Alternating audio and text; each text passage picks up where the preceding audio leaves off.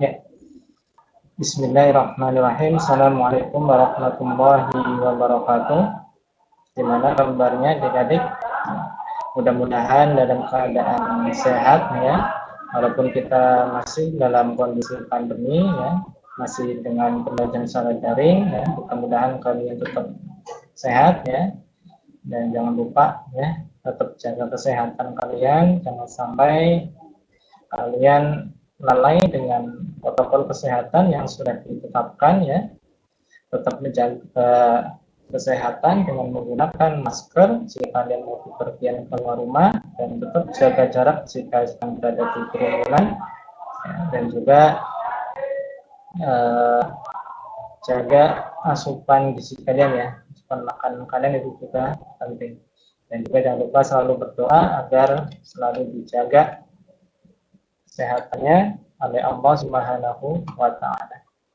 Ya, kita akan masuk pada pencemaran lingkungannya di bab yang baru ya.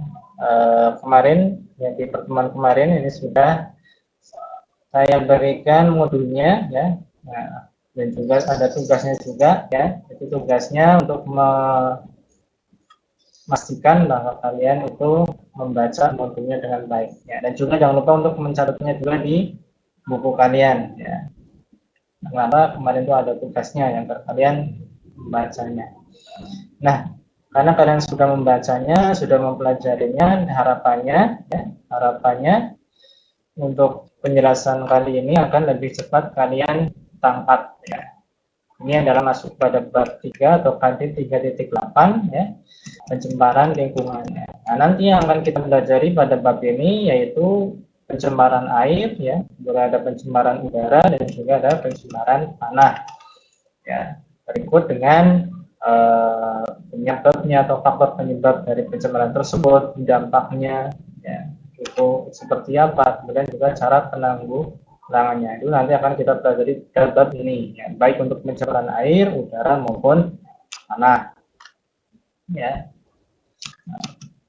Dan terlebih dahulu ingin tahu apa sih sebenarnya pencemaran itu. Ya, di modul ini sudah ada pencemaran itu apa ya. Nah, di sini ya, pencemaran lingkungan ini adalah apa di situ ya. Nah, ini adalah suatu merupakan segala sesuatu baik ya, baik berupa bahan-bahan fisika maupun kimia yang dapat mengganggu keseimbangan ekosistem ya. Atau di definisi yang lain yang di sini dikatakan bahwa pencemaran lingkungan itu adalah masuknya atau dimasukkannya makhluk hidup ya, zat energi dan atau komponen lain ke dalam lingkungan hidup oleh kegiatan manusia ya, sehingga kualitasnya turun sampai ke tingkat tertentu ya, yang menyebabkan lingkungan hidup tidak dapat berfungsi sesuai dengan peruntukannya ya. Jadi pencemaran lingkungan ini terjadi dari kumpulan kegiatan manusia ya, dan juga bukan dari kegiatan perorangan ya, karena kalau cuma kegiatan satu orang itu tidak terlalu dampaknya. Itu ketika itu sudah terakumulasi menjadi sebuah kumpulan atau populasi manusia, nah itu akan berdampak pada lingkungan ya. Nah, selain dari aktivitas manusia ya, pencemaran lingkungan ini juga bisa disebabkan kenapa? Karena aktivitas alam ya, karena faktor alam ya. Jadi penyebabnya yaitu yang pertama akibat ulah dari kegiatan manusia ya, kegiatan manusia, bisa juga dia adalah faktor alam ya. Jadi ada dua ya penyebabnya. Yang pertama ini ya, yang pertama, dan yang kedua adalah faktor alam. Yang kedua faktor alam, contohnya apa faktor alam ya? Contohnya di sini adalah gunung meletus ya. Gunung meletus, kemudian ada gunung itu nanti akan menimbulkan ada abu vulkanik ya. Nanti akan kita pelajari apa sih abu vulkanik ini ya, pencemaran apa yang diakibatkan dari abu vulkanik ini, apakah air ya, apakah tanah atau udara atau yang lainnya ya. Nanti kita akan pelajari. Nah, zat yang mencemari lingkungan ya, zat yang mencemari lingkungan ya, dan dapat mengganggu kelangsungan makhluk hidup ya, disebut apa? Polutan ya. Jadi zat tadi yang mencemari lingkungan itu disebut sebagai polutan ya. Nah, polutan ini ya bisa berupa zat kimia, ya, bisa debu, ya, bisa suara, ya, radiasi, ya, atau panas ya, yang masuk ke dalam lingkungan. Ya. Nah, kapan suatu zat itu bisa dikatakan sebagai polutan? Ya, yang pertama kadarnya itu dia melebihi batas kadar normal atau ambang batasnya, ya, di atas ambang batas tersebut. Kemudian yang kedua berada pada waktu yang tidak tepat, ya, berada pada waktu tidak tepat. Misalnya apa? Misalnya ada eh, sampah, ya, ada sampah plastik dan sebagainya di sungai, ya, itu kan bukan tempatnya, ya, maka dia disebut sebagai polutan. Kemudian berada pada tempat yang tidak semestinya, ya. Tadi ya kalau sampah di sungai ya berarti dia adalah sebagai polutan karena sampah itu tidak semestinya di sungai, gitu ya. Kemudian ya, nah ini ya, manusia ini tidak dapat memecahkan pencemaran jika itu dan diakibatkan oleh faktor alam ya. Nah, tapi ya manusia ini bisa mengendalikan pencemaran diakibatkan oleh faktor manusia ya, bisa karena limbah rumah tangga, bisa limbah industri ya, atau zat-zat kimia berbahaya dan yang lainnya ya. Pembakaran hutan ya. Jadi kalau pembakaran hutan itu disebabkan oleh manusia ya. Ada pembakaran hutan yang karena memang faktor alam, ada yang pembakaran hutan memang itu adalah karena ulah dari manusia. Seperti apa kalau misalnya ada pembukaan lahan dan sebagainya ya. Ya, di beberapa tempat masih ada pembukaan lahan itu dia menggunakan cara dibakar ya. Nah, itu akan menyebabkan pencemaran lingkungan nanti ya.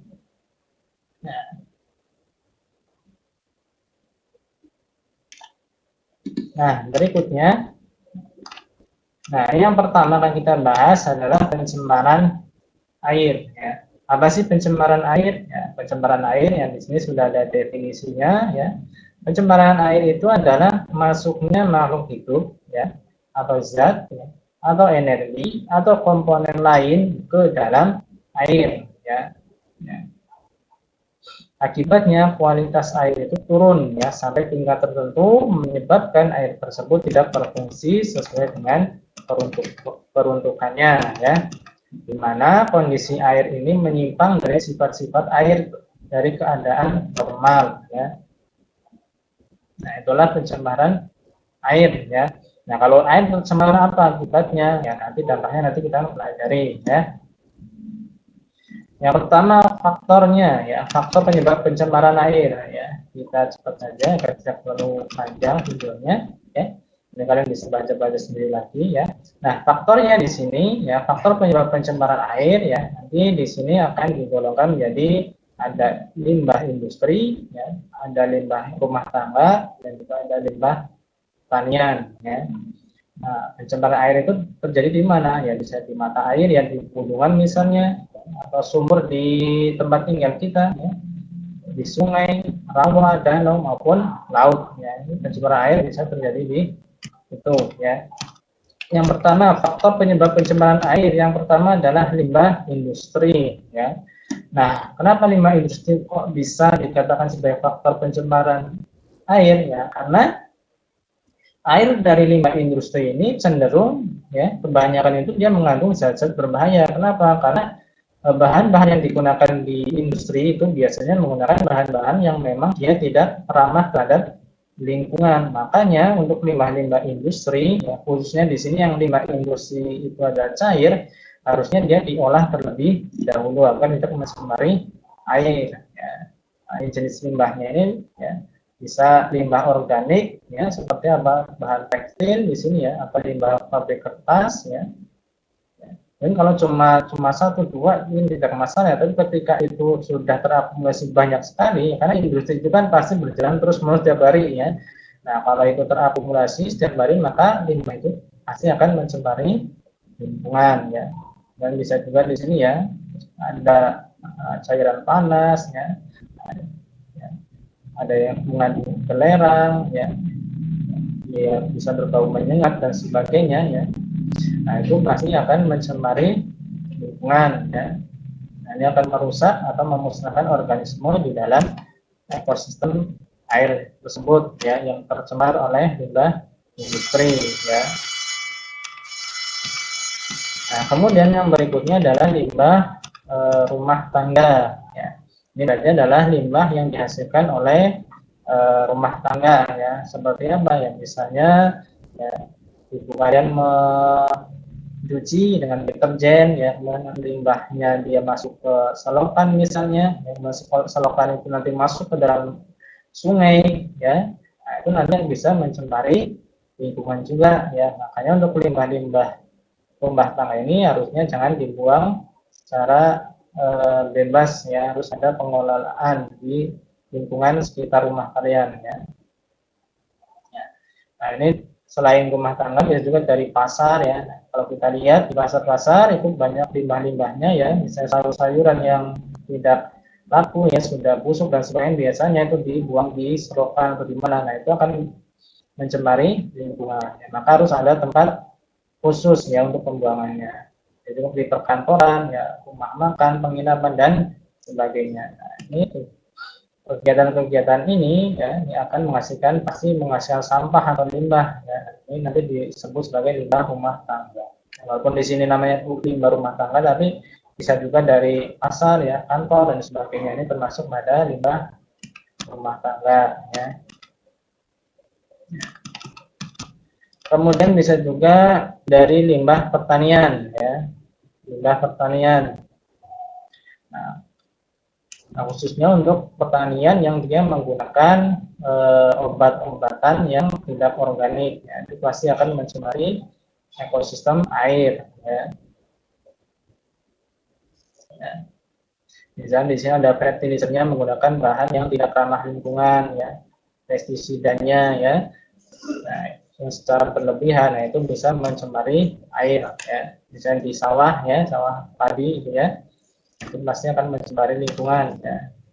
Ketika dia menggunakan herbisida, ya, untuk membunuh gulma, ya, menggunakan insektisida untuk membunuh belalang dan sebagainya, misalnya, ketika digunakan secara berlebihan nanti dia akan mencemari lingkungan.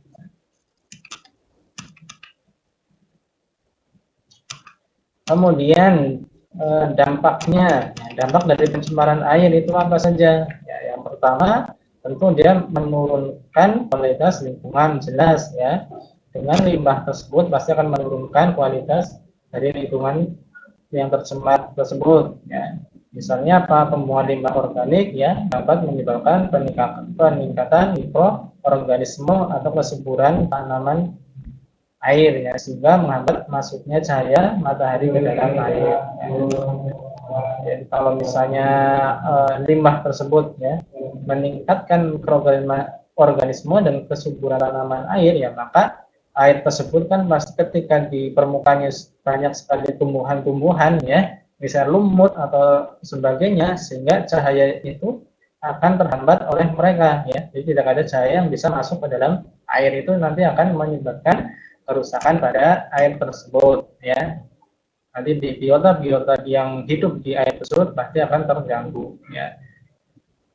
Kemudian yang kedua, nah, ini pasti akan mengganggu kesehatan, ya. Ya, misalnya kalau misalnya ada limbah air, ya, limbah kemudian dia masuk ke dalam perairan, kemudian dimakan oleh ikan misalnya atau apa, ya, kemudian ikan tersebut dimakan oleh manusia, ya, tentunya pasti akan menyebabkan gangguan kesehatan juga pada manusia secara tidak langsung, ya. Atau juga air, ya, yang sudah tercemar oleh limbah tersebut, ya, itu pasti dia mengandung banyak virus, ya. Misalnya di sini ada rotavirus, ya, penyakitnya apa? Di sini sudah ada, ya, ada diare, ya, ada virus hepatitis A, ya, dan sebagainya di sini, ya. Dan di sini kalau bakteri, ya, nah, bakteri contohnya di sini ada Escherichia coli, ya, penyebab diare, dan ada salmonella. Nah, di semester 1 kita sudah kenalan dengan bakteri namanya salmonella, ya, salmonella typhosa, nah, ini, ya, ini penyebab penyakit tifus, ya. Kalau kalian masih ingat, ya, kita sudah pernah berkenalan dengan bakteri ini, ya. Dan juga dari golongan protozoa dan metazoa, ya, banyak sekali bakteri-bakteri yang menyebabkan atau mikroorganisme yang menyebabkan penyakit, ya, yang sering ada pada zat-zat atau limbah yang bisa mencemari lingkungan. Kemudian yang berikutnya dampaknya adalah pemekatan hayati, ya.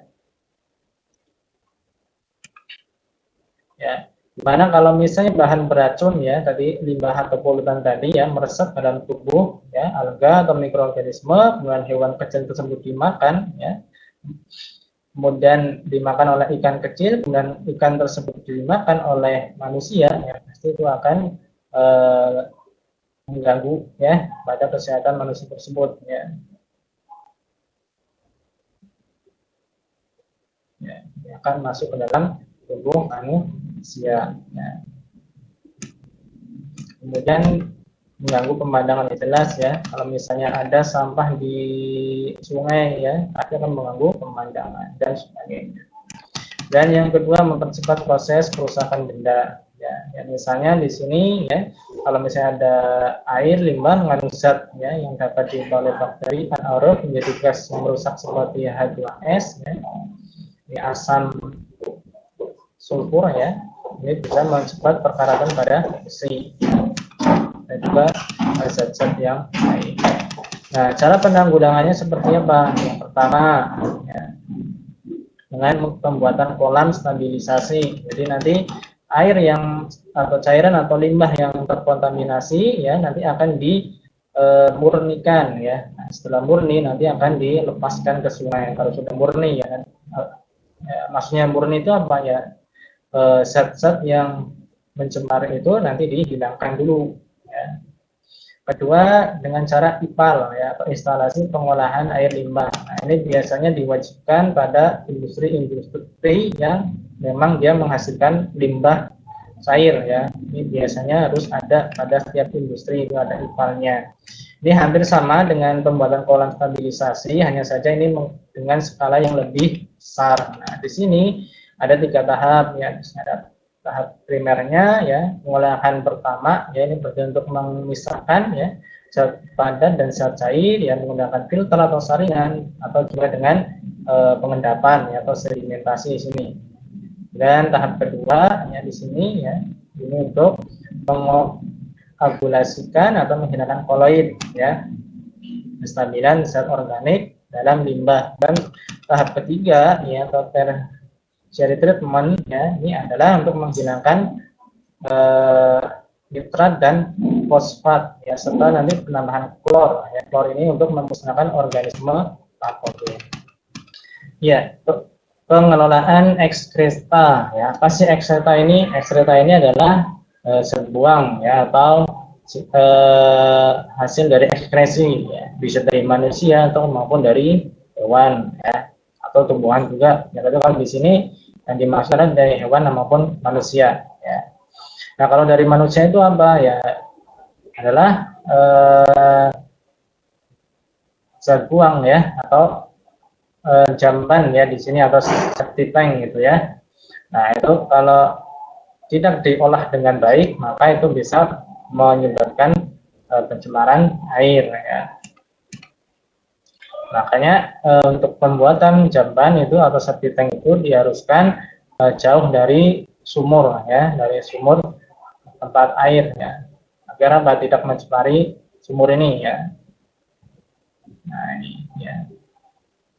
Kemudian, nah ini untuk penggunaan limbah atau sampah atau limbah rumah tangga ya. Ini untuk menanggulanginya itu bisa dengan cara ini ya, 4R ya. Atau apa itu 4R? Yang pertama adalah recycle, ya, reuse, reduce, dan repair. Ya. Apa itu recycle? Ya, recycle ini adalah misalnya sampah yang dapat diurai ya dijadikan kompos ya. Dan juga jadi kalau sampah-sampah yang organik ya nanti bisa dijadikan kompos ya agar tidak mencemari lingkungan dan bisa digunakan kembali ya atau didaur ulang ya untuk pupuk ya pupuk tanaman hias ya, dan sebagainya. Kemudian reuse ini adalah penggunaan ulang atau penggunaan kembali ya.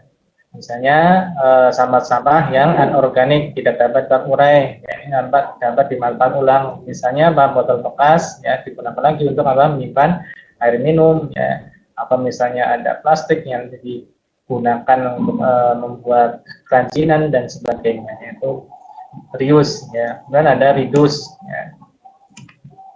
Intinya apa? Adalah melakukan pengurangan bahan atau penghematan. Ya. Contohnya jika berbelanja ke pasar ya atau supermarket, sebaiknya dari rumah itu sudah membawa tas sehingga tidak menggunakan plastik ya dari toko atau dari supermarket tersebut. Ya.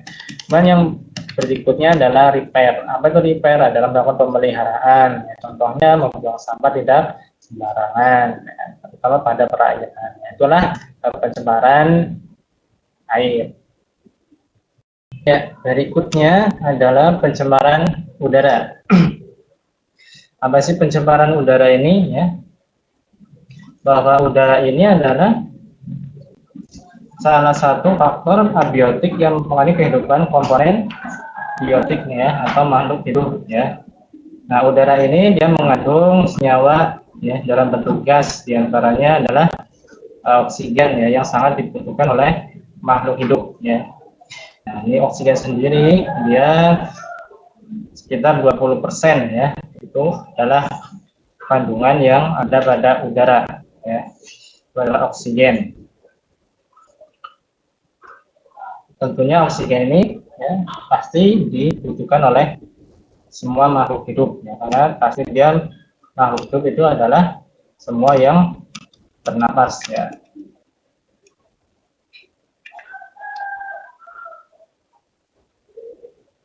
Nah, jika presentasi ya 20% ini tidak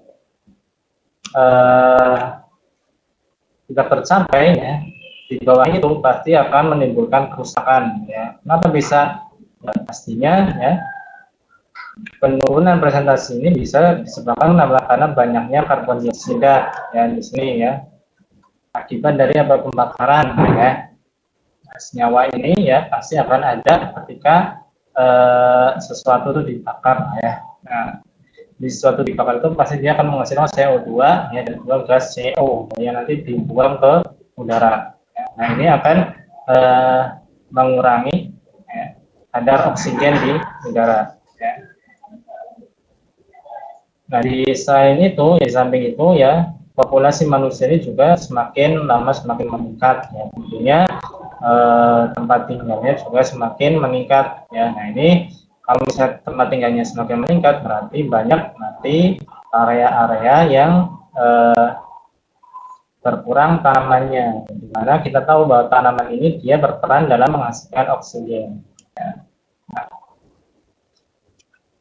ini macam-macam dari pencemaran udara ya, macam-macam dari pencemaran udara ini apa saja. Yang pertama ada namanya pencemaran udara primer ya. Nah, pencemaran udara primer ini adalah pencemaran yang disebabkan secara langsung ya dari sumber pencemarannya. Contohnya di sini adalah peningkatan kadar karbon dioksida disebabkan akibat aktivitas pembakaran oleh manusia. Jadi efeknya atau dampaknya itu langsung ya. Sedangkan pencemaran udara sekunder ya, ini adalah efek yang disebabkan secara tidak langsung ya. Misalnya di sini ya disebabkan oleh reaksi antara substansi pencemar udara primer ya, tadi itu ada karbon dioksida tadi ya pada pencemaran udara primer tadi ya, yang terjadi di atmosfer ya. Ya, sehingga nanti pembentukan ozon yang terjadi dari reaksi kimia partikel-partikel yang mengandung oksigen di udara. Jadi nanti berpengaruh pada ozon atau lapisan pada atmosfer kita ya. Nah, itu akan menyebabkan pencemaran secara tidak langsung, ini dinamakan sebagai pencemaran udara sekunder. Nah, faktor penyebab dari pencemaran udara. Nah, faktornya apa saja sih ya? Pencemaran udara itu. Nah, kita bisa tulis saja ya. Faktornya ya, pencemaran udara. Sudah faktor-faktornya itu banyak ya. Tapi kita bisa garis bawah atau garis besarnya saja. Jadi pencemaran udara ini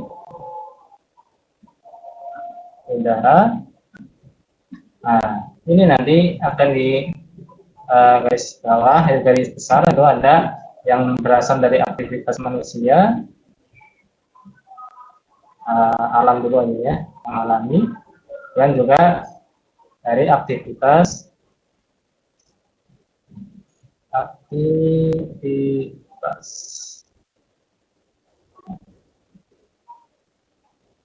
ya, aktivitas dari manusia. Jadi bisa kita garis besar dari ada dua ya. Nah, kalau yang aktivitas alam misalnya apa? Misalnya di sini ada erupsi ya, misalnya adalah gunung ya. Ini ada erupsi. Nah, erupsi atau gunung meletus ya. Nah, kalau gunung meletus ini dia akan mengeluarkan apa? Ada yang namanya abu vulkanik ya, abu vulkanik. Nah, ini ya, ini akan menyebabkan pencemaran udara. Jadi kalau misalnya abu vulkanik ya, kalau misalnya kalian pernah lihat ya di sekitar letusan gunung berapi ya, itu nanti ada abu vulkanik ya, udaranya itu akan susah kita untuk bernapas di sana ya.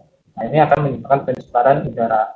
Nah, kalau aktivitas manusia contohnya apa? Ya, contohnya ya adalah asap kendaraan ya. Misalnya ada asap kendaraan. Asap kendaraan bisa juga apa? Ya, misalnya ada asap pabrik ya. Asap pabrik itu bisa sebagai pencemaran udara ya, faktornya ya. Jadi bisa kita garis bawah ada faktor alam, ada faktor dari aktivitas manusia. Ya. Nah, penjelasannya kita bisa lihat.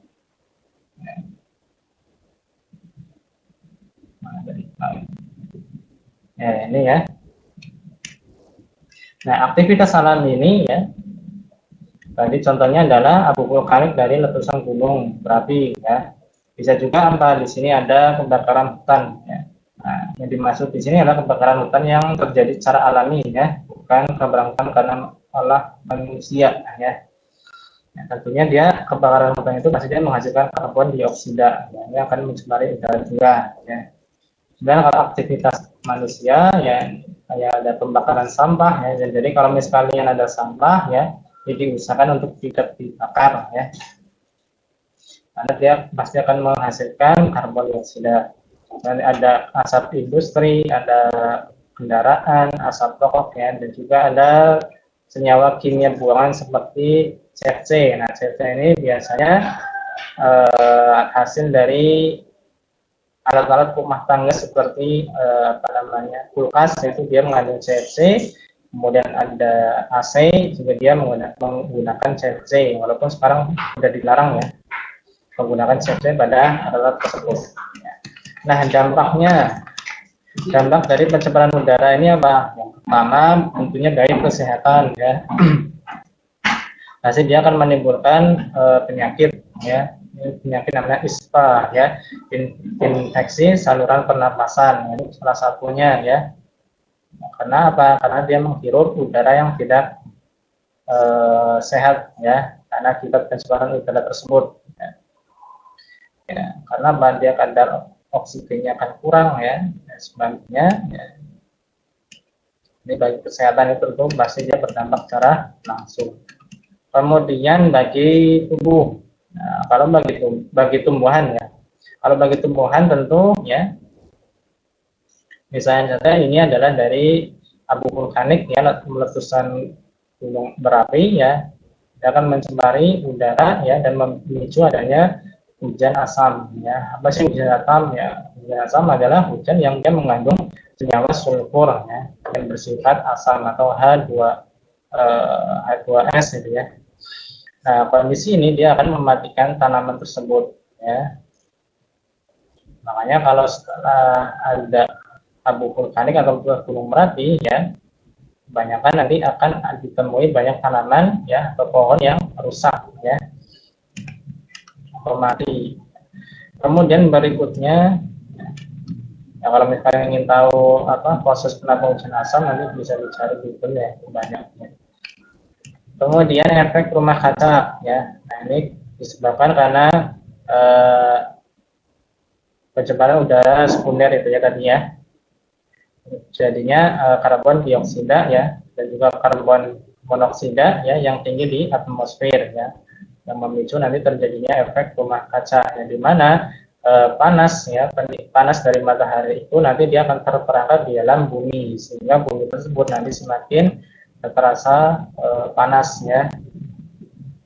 Ya, kenapa bisa? Karena CO atau karbon monoksida dan karbon dioksida ini dia akan membentuk semacam lapisan ya yang akan menahan panas tadi yang masuk ya, panas dari matahari tadi yang sudah masuk, tapi dia terperangkap, artinya bahwa dia tidak bisa keluar. Nah, sehingga panasnya itu nanti akan tetap berada di dalam bumi, sehingga akan terasa lebih panas. Kemudian dampak berikutnya adalah rusaknya lapisan ozon. Ini akibat dari senyawa CFC ini tadi ya, yang biasa terdapat pada freezer atau kulkas ya, dan ada pada AC juga ya. Nah, ini juga bisa merusak lapisan ozon ya.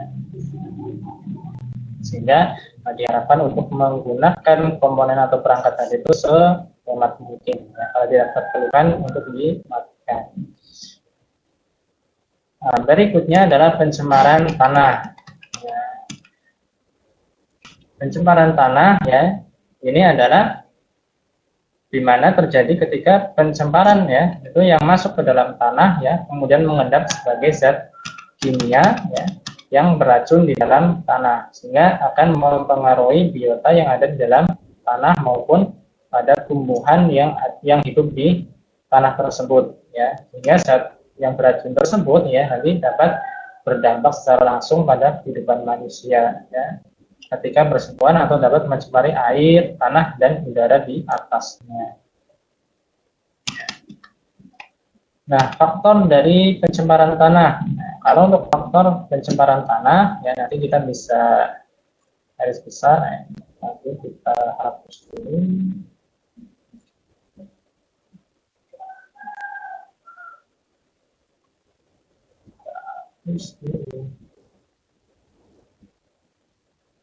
Pencemaran tanah.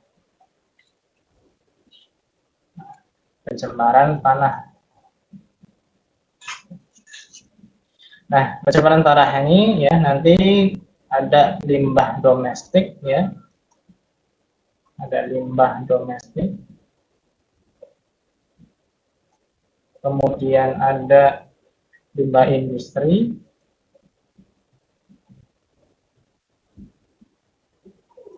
Kemudian ada limbah pertanian.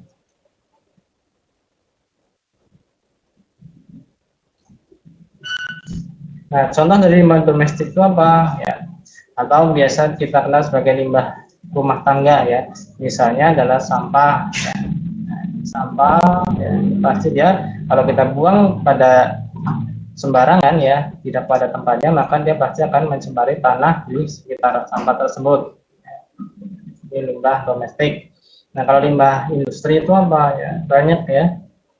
Bisa itu limbahnya padat ya, bisa cair ya. Nah, untuk limbah industri ya, pasti industri itu dia menghasilkan limbah ya.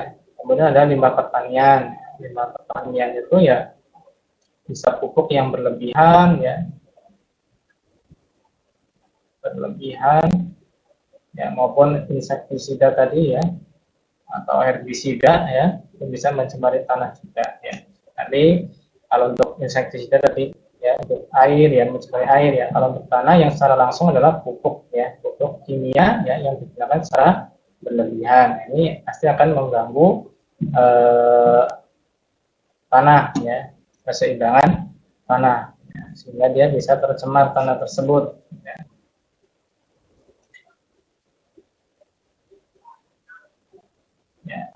Nah, ini limbah domestik ya, berasal dari pemukiman ya, penduduk yang bisa dari pasar, bisa kantor ya tadi di awal ya kita ada ya.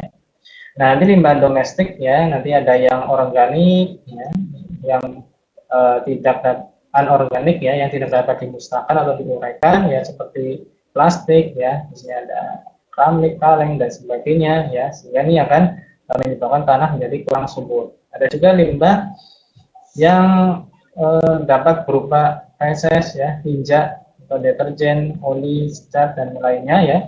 Ini yang berupa cair ya, ke dalam tanah kan merusak kandungan air tanah akan dapat membunuh mikroorganisme di dalam tanah ya. Keduanya itu dia pasti mempunyai dampak buruk terhadap tanah ya. Ini kenapa? Karena sampah anorganik ya, ini dia tidak bisa terbiodegradasi atau tidak bisa diuraikan ya. Akan lama, walaupun bisa, itu pasti akan membutuhkan waktu yang sangat lama.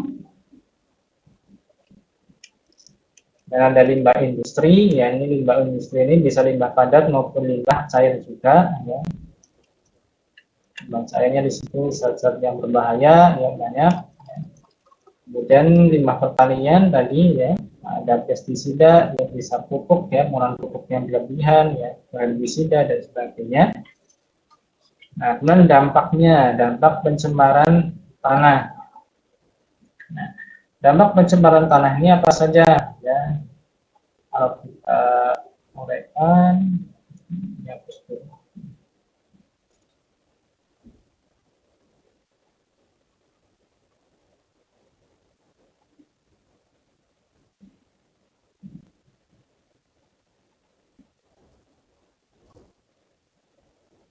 ya dampaknya. Ya,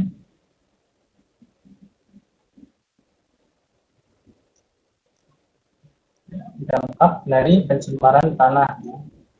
Pencemaran tanah. Yang pertama, ya, ini bagi kesehatan, ya, tentu dampaknya itu pasti bagi kesehatan, ya. Dan misalnya pada kesehatan manusia, ya, di mana pencemaran tanah ini dia menimbulkan berbagai masalah kesehatan, misalnya apa? Ya, bisa terjadinya kanker, ya. Ya, kanker kenapa? Karena kebanyakan polutan atau zat pencemar itu, ya pencemar tanah ini mengandung zat yang karsinogenik ya, yang dapat menyebabkan kanker seperti logam berat ya. Ini kemudian bisa juga kerusakan organ, ya. Tentu ya, misalnya disebabkan oleh zat polutan tanah yang berbahaya ya, salah satunya misalnya terjadinya kerusakan ginjal ya yang disebabkan oleh merkuri ya. Biasanya merkuri ini dipakai oleh beberapa industri ya, atau bisa juga pada tambang-tambang ilegal itu biasanya menggunakan merkuri ya, itu juga menyebabkan kerusakan organ. Kemudian ada bioakumulasi. Bioakumulasi. Ya. Nah, ini dapat terjadi apabila manusia ini memakan daging ya atau sayuran yang telah terpapar polutan tanah ya. Nah, makanya kita harus waspada ya, karena apa? Bisa berujung pada penyakit kronis ya atau tidak disadari ya. Ini kalau misalnya kita makan makanan yang dia terkontak dengan pencemaran atau zat yang berbahaya, ini harus hati-hati ya. Kemudian yang kedua dampaknya adalah bagi lingkungan itu sendiri ya, pada lingkungan. Nah, efeknya pada lingkungan ya ini mengakibatkan kerusakan pada ekosistem ya. Misalnya yang pertama ya, ini hilangnya keanekaragaman hayati. Hilangnya keanekaragaman hayati. Ya. Kenapa bisa ya? Misalnya biota-biota yang flora atau tanaman ya, ini dapat karena adanya paparan dari polutan atau zat pencemaran tanah tadi, ya, ini dapat mematikan beberapa jenis ya tanaman atau hewan ya, sehingga menjadi langka ya spesiesnya. Kemudian berikutnya adalah menurunkan kesuburan tanah. Menurunkan kesuburan tanah. Nah, kenapa? Karena tadi ya, karena beberapa senyawa itu bisa mematikan hewan, ya termasuk mikroorganisme di dalam tanah, di mana beberapa mikroorganisme itu kan dia berfungsi sebagai penyubur tanah ya. Maka ketika hewan-hewan atau mikroorganisme itu tadi mati, ya tentunya kesuburan tanah ini pasti akan berkurang. Ya. Dan yang berikutnya adalah perubahan struktur tanah. Ya, perubahan struktur tanah.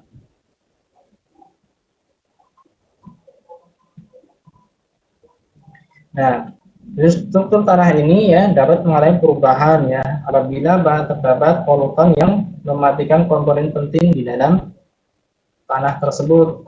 Ya. Ini adalah beberapa dampak ya dari pencemaran tanah. Ya.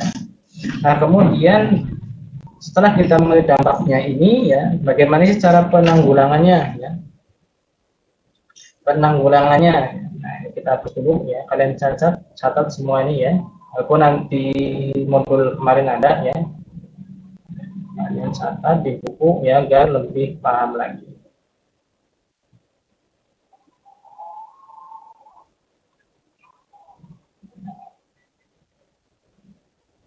Kemudian yang berikutnya cara penanggulangannya. Gimana sih cara untuk menanggulangi pencemaran pada tanah? Ya, penanggulangannya. Pencemaran tanah.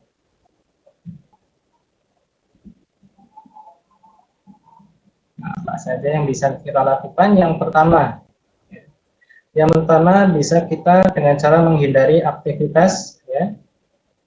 Menghindari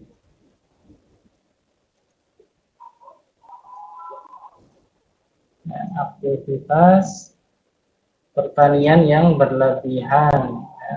Pertanian yang berlebihan. Maksudnya apa? Ya tadi penggunaan pupuk ya atau bahan kimia atau obat-obatan kimia ini secara berlebihan itu ya dihindari ya. Kita harus menggunakannya secara bijak. Ya. Kemudian yang kedua ya, mengurangi ya kita bisa mengurangi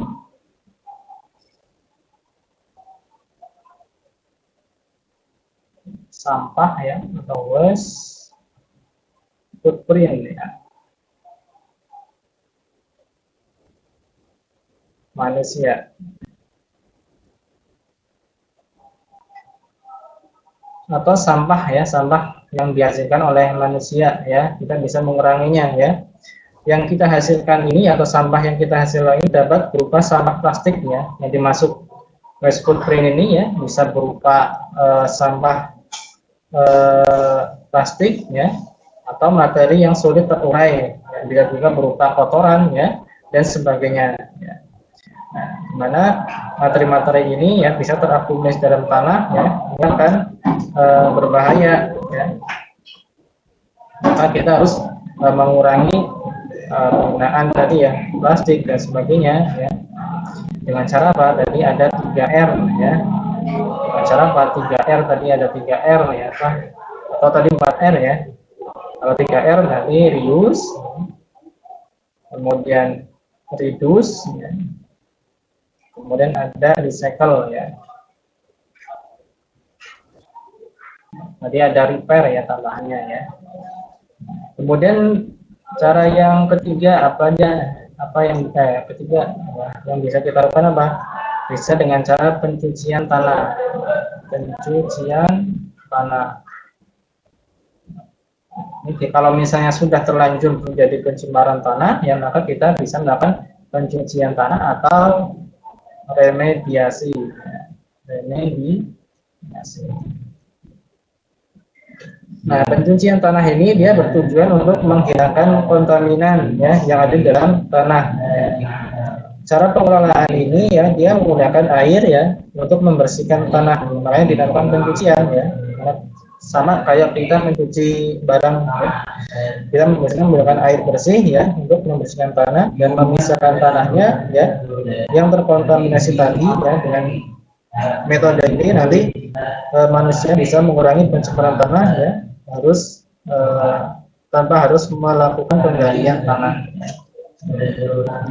Kemudian yang keempat apa yang bisa kita lakukan? Yang keempat bisa kita lakukan adalah bioremediasi. Ini biasi.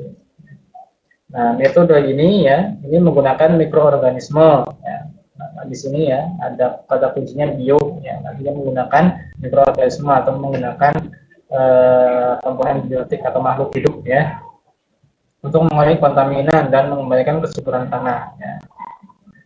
Nah, cara ini pengolahan pencemaran tanah yang terjadi secara alami ya. Namun ya, tetapi ya walaupun ini dengan cara alami ya, tetap membutuhkan temperatur yang sesuai ya, dan juga nutrisi dan oksigen yang di dalam tanah. Kenapa?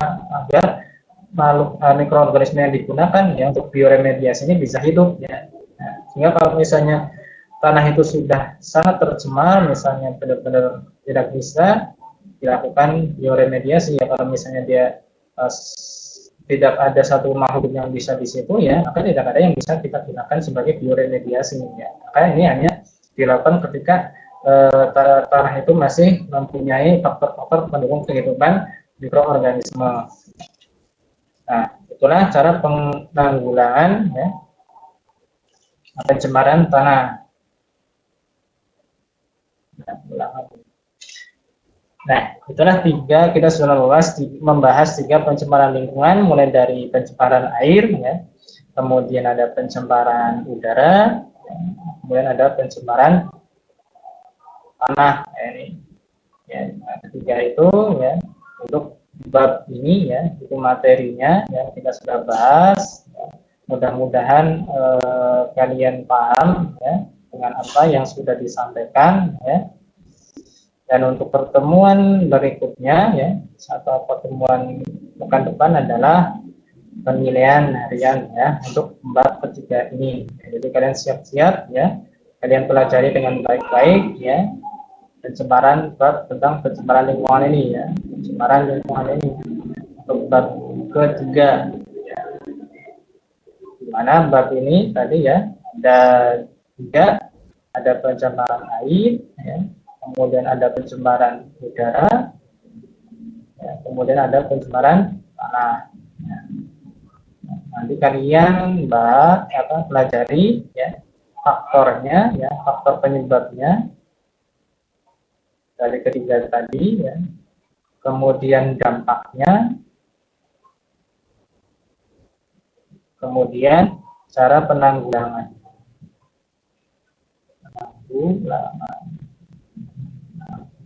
Kalian pelajari ya, baik untuk pencemaran air, udara maupun tanah ya. Demikian untuk pertemuan kali ini ya. Mudah-mudahan kalian paham. Kita akhiri ya. Ingat tetap menggunakan masker ya, tetap jaga kesehatan dan juga jaga jarak ketika berada di dalam kerumunan ya. Tetap patuhi protokol kesehatan yang demi keamanan atau kesehatan kita masing-masing ya. Saya akhiri, subhanakallahumma wa bihamdika asyhadu an la ilaha illa anta astaghfiruka wa atubu ilaik. Assalamualaikum warahmatullahi wabarakatuh.